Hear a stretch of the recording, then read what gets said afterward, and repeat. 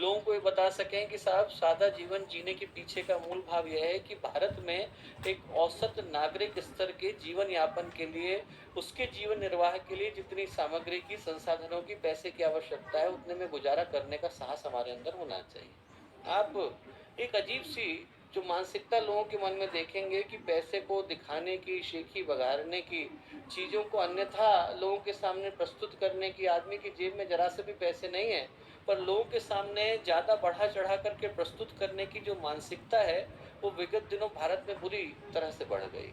और इस पागलपन का नतीजा है कि आदमी के पास कमाने के लिए 30,000 नहीं होते, पर शादी में वो 20-20 लाख रुपए खर्च करना चाहता है। क्यों? हम लोग उनको बड़ा मानते हैं जो शादी में 200 करोड़ अपने बेटी की शादी में खर्च करते हैं कि साहब वो तो बहुत बड़ा आदमी है। क्यों? उनने अपनी पत्नी, अपनी बच्ची की शादी में 200 करोड़ रुपए खर्च किए थे। जिस देश में 35 करोड़ लोगों को एक वक्त की रोटी नसीब नहीं होती हो, वहां पर हम 200 करोड़ रुपए अपनी बेटी की शादी में खर्च करने वाले को बड़ा कैसे मान सकते हैं? दोस्तों, यहाँ पर व्यक्ति एक एक वक्त की रोटी के लिए तरस रहा है और ऐसे समय में लोगों को ये सोच बताने की आवश्यकता है, जिसको गुरुदेव ने कहा सादा जीवन उच्च विचार, कि आदमी साधारण परिस्थितियों में रहे। इस देश के औसत नागरिक का गुजारा जितने संसाधनों में चल सकता है, जितने पैसे में चल सकता है, जितनी सामग्री में चल सकता है, उसमें चलाने का साहस हमारे अंदर होना चाहिए। इतना लोगों को बताने की आवश्यकता है। आप शांति कुंज में आइए, कई लोग आते हैं और पूछते हैं कि साहब शांति कुंज में एसी कमरे क्यों नहीं है, बाकी की व्यवस्था क्यों नहीं है। तो गुरुदेव से भी पूछा करते थे। गुरुदेव कहते थे बेटा इसलिए नहीं है कि भारत की 80% आबादी के पास नहीं, 90% आबादी के पास नहीं, यहाँ पर हमने औसत भारतीय स्तर के जीवन यापन की व्यवस्था रखी है।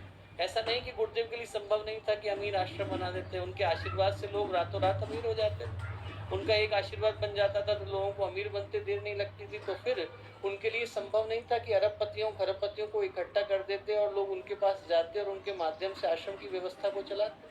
आराम से संभव था, पर उसके बावजूद गुरुदेव भारत के अंतिम व्यक्ति तक पहुंचना चाहते थे। इसलिए एक साधारण व्यक्ति को जीवन यापन के लिए जितनी सामग्री की, संसाधनों की आवश्यकता है, उसकी अनुरूप शांति उनकी व्यवस्था को रखा गया। आपको मैं एक दो छोटे उदाहरण देना चाहता हूँ दोस्तों। अपने यहाँ के बहुत वरिष्ठ कार्यकर्ता हैं और मिशन के बड़े समर्पित कार्यकर्ता हैं। नवाजी भाई साहब नागपुर के रहने वाले हैं। 1973-71 में जब वो पहली बार युग निर्माण विद्यालय जो अपना गायत्री तपोभूमि मथुरा में है, उसके पहले बैच के शिष्य भी रहे, वो वहाँ के पहले बैच से पढ़े भी विद्यार्थी भी रहे। और जब वो शुरू शुरू के दिन में गुरुदेव के पास आए तो बिल्कुल साइकिल पर आए थे। गुरुदेव के चरण छुए, गुरुदेव से पूछा कि गुरुदेव मैं क्या करूं। गुरुदेव ने कहा बेटा तू डायनामाइट की फैक्ट्री खोल। मैंने कहा गुरुदेव मैं तो कभी सुना ही नहीं था डायनामाइट, पहली बार सुन रहा हूँ। तो गुरुदेव बोले नहीं बेटा तू डायनामाइट की फैक्ट्री खोल। तो उन्होंने जा करके पढ़ाई करी और धीरे धीरे करके अपनी कंपनी खोली। और कंपनी खोलने के बाद फर्म धीरे धीरे चली, स्लगिश चली। 1990 में परम पूज्य गुरुदेव के शरीर छोड़ने के बाद एकदम प्रगति हुई और देखते देखते आज उनकी जो कंपनी है, उनकी जो अपनी फर्म उनने इंडस्ट्री बना रखी है, वो करीब 6,000 एकड़ में फैली हुई है और उस पूरे के अंदर 10 से 12,000 लोग काम करते हैं। भारत के सबसे बड़े प्राइवेट मैन्युफैक्चरर हैं वो एम्यूनिशंस को बनाने के। आरडीएक्स प्राइवेट बनाने की जिम्मेवारी मात्र उनको मिली हुई है। भारत की जितनी मिसाइल्स हैं, आकाश है, अग्नि है, उन सब के कॉन्स को, टॉप को वही बनाते हैं, भारत के बिल्कुल नंबर 1 पर। और आप वहाँ पर जाएं तो उनने अपना जो ऑफिस है उसमें गुरुदेव की खड़ाऊ रख रखी है, बोलते मैं गुरुदेव का कार्यकर्ता हूँ, यहाँ रह करके काम करता हूँ। तो दोस्तों जिनके आशीर्वाद से लोग बरकत मिल जाती, उनके लिए संभव नहीं था, संभव था। पर गुरुदेव सोच देना चाहते थे कि इस देश को सादा जीवन के साथ उच्च विचार को लेकर के चलने की आवश्यकता है। जो एक अजीब सी मानसिकता लोगों के मन में पनप गई है, उससे लोगों को बदलने के लिए प्रेरित करने की आवश्यकता है। ये जो आप देखें आदमी सड़क पर चलता है और वो व्यक्ति बहुत कम में गुजारा कर रहा है, पर उसे एकदम बगल में एक व्यक्ति दिखाई पड़ता है जो मर्सिडीज की गाड़ी में जा रहा है, उसने सूट पहन रखा है। अभी तुरंत उसके मन में भाव आ जाता है कि मुझे इसके जैसा बनने की आवश्यकता है। अब नीति है अनीति है, उसको नहीं लगेगा कि मुझे किस पथ का पालन करना है। उसको अपने बच्चों के अंदर भी भाव यही दिखाई पड़ेगा कि बच्चे ही चाहते हैं कि एंड्रॉइड फोन आ जाए। उसको उनको देख करके भी यही लगेगा कि इसकी आवश्यकता है और आदमी फिर न चाहते हुए भी अनीति के मार्ग पर चल पड़ता है। दोस्तों ऐसे में एक अंदर गहरा भाव पैदा करने की आवश्यकता है कि साहब हमें सादा जीवन मिला है, उसमें कोई तकलीफ की बात नहीं। जब लाल बहादुर शास्त्री पहली बार रशिया दौरे पर गए, भारत के प्रधानमंत्री थे, और रशिया के दौरे पर गए, तो वहाँ पर उनकी पत्नी जो थी बहुत संकोच में पड़ी, बोली मैं तो छोटे से गांव से आई हूँ और आप तो प्रधानमंत्री बन गए। बोले वहाँ पर लोग मुझसे प्रधानमंत्री की पत्नी समझ कर न जाने क्या प्रश्न करेंगे, क्या उत्तर दूंगी मैं।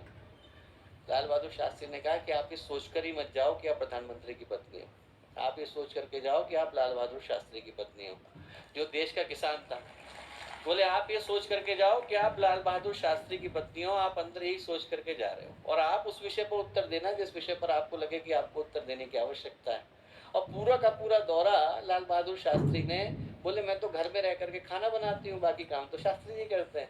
तो उन्होंने खाने के ऊपर ही अपना पूरा का पूरा दौरा किया, उसी के ऊपर भाषण दिए और इतने लोगों के दिल जीत करके वहां से लौटे कि भारत और रशिया के संबंध आज भी लोग डिप्लोमेटिक दृष्टि से याद करते हैं। तो दोस्तों जो है उसमें गर्व करने की आवश्यकता है, जो हमें मिला हुआ है। और मैं इस बात को इस दृष्टि से कह रहा हूँ कि दिल्ली जैसे परिवेश में यदि आप देखें तो यहाँ पर आदमी न चाहते हुए भी इस भागदौड़ का हिस्सा हो जाता है। वो नहीं चाहता, पर उसे लगता है कि आज हमारे पास गाड़ी है, आज हम मारुति लेकर के चल रहे हैं, कल हमें हुंडई लेने की आवश्यकता है, हुंडई ले लिए, कल हमको जो है ये लेने की आवश्यकता है, वो ले लिया, अब हमें मर्सिडीज, अब हमें BMW लेने की आवश्यकता है। जीवन का उद्देश्य नहीं था, हम लोग ये करने के लिए यहाँ आए नहीं थे। इसको करने से मन में शांति भी नहीं मिलती। ऐसा नहीं है कि इस भाग दौड़ में चले जाने से आदमी को शांति मिल जाती है, ऐसा भी नहीं। वो आप लोग जाएं भारत में तो गली में जब जाते हैं तो कुत्ते भागते हैं जो सड़क पर होते हैं। तो गुरुदेव ने एक बार उनको देखा तो गुरुदेव बोले कि भाग रहा है वो तो ठीक है, गाड़ी को पकड़ लेगा तो करेगा क्या। पकड़ लेगा, गाड़ी के पीछे पीछे भाग रहा है तो पकड़ लेगा तो करेगा क्या। वैसे आदमी भागा चला जा रहा है, उसको मिल जाता है तो उसकी व्यर्थता हो जाती है। आज चीजें हैं, हम लोग भागे चले जा रहे हैं, हमें लगता है ये मिल जाए, वो मिल जाए, गाड़ी मिल जाए, पैसा मिल जाए, प्रतिष्ठा मिल जाए, और एक दिन वो मिल भी जाता है तो मिलने के बाद उससे कोई जीवन में चैन नहीं आता। ऐसा नहीं है कि उसको पा लेने के बाद मन में शांति आ जाती है। मन में यदि असंतोष है, मन के अंदर रिक्तता है, तो रिक्तता पहले की तुलना में और ज्यादा महसूस होती है। आदमी राजा बन जाता है, पर यदि मन के अंदर असंतोष है तो आदमी को वो असंतोष और ज्यादा खलता है। दुर्योधन को पूरे भारत का राजा बना दिया गया और बनने के बावजूद जब एक सुई के बराबर जमीन देने की बात आई तो उसके दिल में खोट आ गया। उसने कहा कि साहब 13 वर्ष तो